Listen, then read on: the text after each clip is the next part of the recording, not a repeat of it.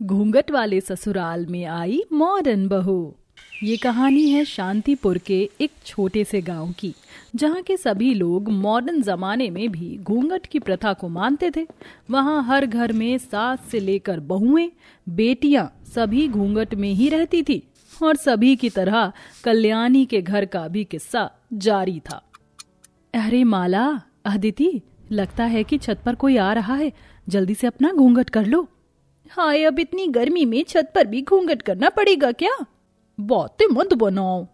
हाय राम, इतना सा जीना चढ़ने में मेरी तो जान निकल गई। खैर बहुओं, अचार के आम सुखा दिए क्या? जी माँ जी, बस फैलने ही वाले हैं। ओहो, तुम बहुओं से भी ना कोई काम जल्दी नहीं हो सकता है। चलो जल्दी से अचार फैला कर नीचे आओ, मुझे भूख लग रही है। कल्याणी ऐसा बोलकर नीचे आ गई। तीनों बहुएं उसकी बात सुनकर काफी गुस्से में थी। ये माँ जी ने क्या हमें काम करने की मशीन समझ लिया है? पता नहीं, पहले इतनी तेज धूप में छत पर भेज दिया और अब देखो नीचे जाते ही रसोई में घुस जाओ। हमारे लिए तो एक के बाद एक काम तैयार रहता है। सही कहा। तीनों बहुएं अपने गांव में चल रही इस घूंघट प्रथा से परेशान थी, लेकिन वो कुछ कर भी नहीं सकती थी। बस ऐसे घुट घुट कर ही उनकी जिंदगी चल रही थी कि एक दिन, बहुओं, अरे बहुओं। हाँ माँ। घूंघट से चेहरा ढका जाता है, कान बंद नहीं होते, इसीलिए मेरी आवाज को जरा जल्दी सुन लिया करो। जी माँ। अब यह कलाना छोड़ो, आज तुम्हारा सबसे छोटा देवर शहर से लौट रहा है, इसीलिए जाओ, जाकर उसकी पसंद के सारे पकवान बना दो। माँ जी, हम आपकी बात तो मान लेंगे, लेकिन ऐसे घूंघट में खाना बनाने में परेशानी होती है। क्या हम... बहू यहीं ठहर जा, घूंघट 1 इंच भी अपनी जगह से हिलना नहीं चाहिए। मैं अपनी सास की मौजूदगी में घूंघट में ही 56 भोग बनाकर तैयार कर देती थी, और तुम 3-3 होकर भी 2-4 चीजें नहीं बना सकती हो। माँ जी गुस्सा मत कीजिए, हम बना लेंगे। तीनों बहुएं खाना बनाने चली गईं। कुछ ही देर में कल्याणी का सबसे छोटा बेटा राहुल शहर से घर लौट आया, लेकिन वो अकेला घर नहीं लौटा था। राहुल बेटा, यह अधनंगी लड़की कौन है? माँ, इसे कुछ मत बोलिए, ये मेरी पत्नी है हिमांशी। मैं इसे कॉलेज के दिनों से ही बहुत पसंद करता था। तेरी पत्नी? ये लड़की तेरी पत्नी है? हाँ सासू माँ, अब ज्यादा ओवर एक्टिंग मत कीजिए, मैं आपकी चौथी बहू हूँ, हिमांशी। ये लड़की मेरे घर की बहू नहीं है राहुल। पर माँ... देखिए सासू माँ, ये सब बातें बस सीरियल में अच्छी लगती हैं। अब तो हमारी शादी हो ही गई है, तो मुझे अंदर आने दीजिए। इतनी बदतमीजी!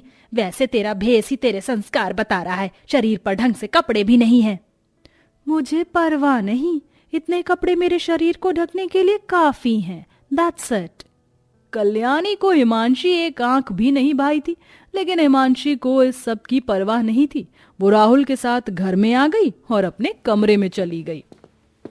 अरे देखो, लगता है कि अब घर में कोई विस्फोट होने वाला है। माँ जी को उनकी औकात दिखाने एक पटाखा बहू आ चुकी है। ज्यादा खुसर पुसर मत करो। नहीं माँ जी, हम कहाँ कुछ बोल रहे हैं। तीनों बहुएं पहले की तरह ही काम में लग गईं। कल्याणी को ना चाहते हुए भी हिमांशी को अपनी बहू मानना पड़ा। अगले दिन, देखो तुम तीनों जरा भी उस नई बहू के रंग में मत रंगना। और हाँ, अरे क्या हुआ, सभी एक तरफ को ही क्या देख रही हो? माँ जी, आप भी देखिए। कल्याणी ने पलट कर देखा, पीछे से हिमांशी मॉडर्न कपड़ों में तैयार होकर नीचे आ रही थी। उसके ऊपर घूंघट तो क्या, एक छोटी सी चुन्नी भी नहीं थी। मॉर्निंग माँ जी और जेठानी जी। दफान तेरी मॉर्निंग। क्या है, तेरे दांत क्यों फट रहे हैं? आप यहाँ 4 लेडीज ही हो, तो फिर किस वजह से आपने घूंघट किया हुआ है? आप चारों पागल लग रही हैं। चुप कर, हमारे अंदर संस्कार छलक रहे हैं, तू अधनंगी और बदतमीज नजर आ रही है। माँ जी, मैं तो बस सच बोल रही थी, इससे इतना मत चिढ़िए। और जहां तक बात रही मेरी, तो मैं खुले विचारों की लड़की हूँ, मैं तो ऐसे ही रहूंगी। विचार खुले होने का मतलब ये नहीं है कि अपना शरीर भी खोल दो। मेरा सब कुछ ढका हुआ है।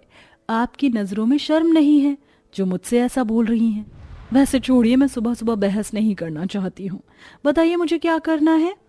कुछ नहीं, हमें तुझसे कुछ नहीं करवाना है। फाइन। हिमांशी वहीं सोफे पर बैठकर फोन चलाने लगी। कल्याणी को वो बहुत ही ज्यादा खटक रही थी। कल्याणी की 3 बहुएं घूंघट में काम किया करती थी और हिमांशी बिना घूंघट किए ही एकाध काम में हाथ बटा देती थी। अरे हिमांशी, साग बनाने के लिए पालक तो खत्म हो गया है, तुम जाकर ले आओ ना। ठीक है, लाइए, पैसे दीजिए। दिया ने हिमांशी को पैसे निकाल कर दिए और वो साग लेने चली गई। बाहर जाकर, ये गांव कितना अजीब है। यहाँ तो हर औरत, लड़की और यहाँ तक कि बुढ़िये भी सभी घूंघट में ही रहती हैं। ये सच में कितना अजीब है। ये सभी तो मुझे जोकर लग रही हैं। अरे अरे देख, कितनी बेशर्म लड़की है, इसे तो ओढ़ने पहनने की तमीज ही नहीं है। सही कहा। आपकी सारी आवाजें मुझ तक आ रही हैं। तो हम क्या करें? हम क्या तुझसे डरते हैं? मैंने कब कहा कि आप मुझसे डरिए? मैं कोई भूत थोड़ी हूँ। लेकिन हाँ, एक बात आपको बता दूं, मेरे कपड़ों से मेरी बेशर्म और शर्म जाहिर नहीं होती, लेकिन आपके शब्दों से आपकी छोटी सोच जरूर जाहिर हो रही है। तो बेहतर होगा कि आप अपनी ये अखरोट के बराबर की सोच को अपने तक ही रखें। हिमांशी ऐसे बोलते हुए आगे बढ़ गई। रास्ते में सभी उसे घूर घूर कर ही देख रहे थे, जो हिमांशी को थोड़ा अनकंफर्ट भी कर रहा था, लेकिन उसने इन सभी पर ध्यान नहीं दिया। ऐसे ही सिलसिला जारी था। कल्याणी अगर कभी हिमांशी को घूंघट करने को बोलती थी तो वो उसे ही बातें सुना देती थी। माँ जी, अब इस पुराने जमाने से बाहर भी आ जाइए। इस जमाने में कोई भी घूंघट नहीं करता है। अगर सब कुएं में कूदेंगे तो उन्हें देखकर क्या हम भी कुएं में कूद जाएं? बोल, जमाना क्या करता है, मुझे नहीं परवाह। तो ठीक है, अगर आप जिद्दी हैं तो मैं महाजिद्दी हूँ। आप क्या बोलती हैं, मुझे भी परवाह नहीं। तू तो बेशर्म है ही, तुझसे क्या जुबान चलानी, जो तेरा मन करे वो कर, हमें क्या, तेरी इज्जत तेरे हवाले। घर में यही अनबन जारी थी और एक दिन घूंघट करने की वजह से सीढ़ियों से उतरते हुए दिया का पांव फिसल गया।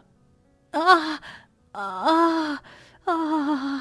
अरे बहू, माला, अदिति, जल्दी आओ। सभी ने दिया को उठाया। इस हादसे के बाद हिमांशी बोली, माँ जी, अब तो मान जाइए, आपकी बहू की हड्डियां टूटने से बची हैं। इस घूंघट के चक्कर में मत पड़िए।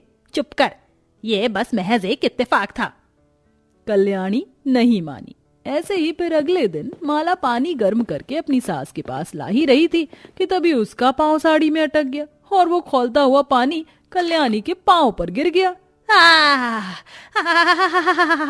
माँ जी, माफ कीजिए, गलती से हो गया। अरे ठंडा पानी लेकर आ, मर गई। ये लीजिए बर्फ का पानी। कल्याणी के पांव को जल्दी से ठंडे पानी में रखवाया। बहू, क्या पहली बार घूंघट में काम कर रही थी जो ऐसा हुआ? माँ जी, वो। इनसे क्या बोलती हो माँ जी? घूंघट में काम करना खतरे से खाली नहीं है। मैं भाभी को काम करते देखती हूँ, उन्हें कितनी परेशानी होती है, लेकिन आप होगी। चुप कर। आप कब तक इसी सब में उलझी रहोगी? भाभी जी, माँ को समझाना मेरे अकेले के बस का काम नहीं है। आप भी तो अपने लिए आवाज उठाइए। ये तीनों संस्कारी हैं, तेरी बातों में नहीं आएंगी। नहीं माँ जी, आज हम अपने लिए बोलेंगे, क्यों बहनों? दिया भाभी। हाँ माँ, अब हम और इस घूंघट में नहीं रह सकते हैं। बस अब हमें आजादी चाहिए। वक्त के साथ तो नस्लें बदल जाती हैं, तो ये प्रथा क्या चीज है। हम भी अब इस घूंघट से तंग आ चुके हैं। सही कहा, बहुत हुआ इस घूंघट के पीछे से दुनिया देखना। अब हम खुलना चाहते हैं। एक बार की तो जिंदगी है। तुम सभी पागल हो गई हो। माँ, हम नहीं, शायद आप पागल हो। अरे आप जमाने पर मत जाइए। एक के बदलने से 100 में बदलाव आता है। आप इस प्रथा को खत्म करके देखिए। एक बार खुलकर सांस लेकर देखिए, आपको अच्छा लगेगा। सभी की बातें सुनकर कल्याणी कुछ नहीं बोली। उसकी तीनों ही बहुओं ने आज अपने मन की और घूंघट हटा दिया। इसका परिणाम ये सामने आया कि गांव की बहुत सारी बहुओं को इस प्रथा से छुटकारा मिला। अब सभी को देखकर कल्याणी की भी सोच बदल रही थी और एक दिन वो अपनी बहुओं से बोली, वैसे एक बात कहूँ बहुओं, ये दुनिया घूंघट हटाकर देखने से और भी प्यारी लगती है। शुक्रिया हिमांशी, मुझे सही नजरिया सिखाने के लिए। पूरी उम्र घुट कर काट दी, अब लगता है कि कुछ आजादी मिली है। अपनी सास की बात सुनकर हिमांशी मुस्कुराने लगी। उसकी हिम्मत की वजह से आज बहुत सारी बहुओं को इस प्रथा से छुटकारा मिला था। अपने परिवार के लिए अब हिमांशी ने मॉडर्न कपड़े पहनना छोड़ दिया था। वो बाकी बहुओं की तरह साड़ी पहनती थी और अब घर में सभी खुश थे।